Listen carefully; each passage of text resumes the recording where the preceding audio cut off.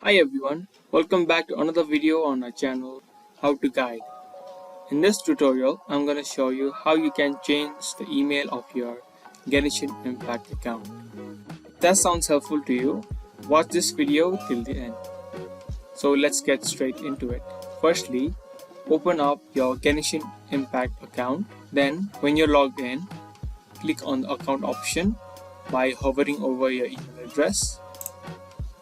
Now, as you can see, the settings options of Genshin Impact has opened. Now, to change your email address, go to account security settings.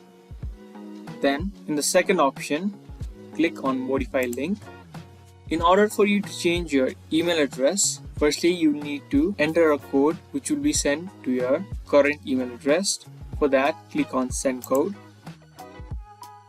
Now, after entering in your code, click on next. Now from here you will be able to enter in a new email address. Now after entering your new email address, click on send code.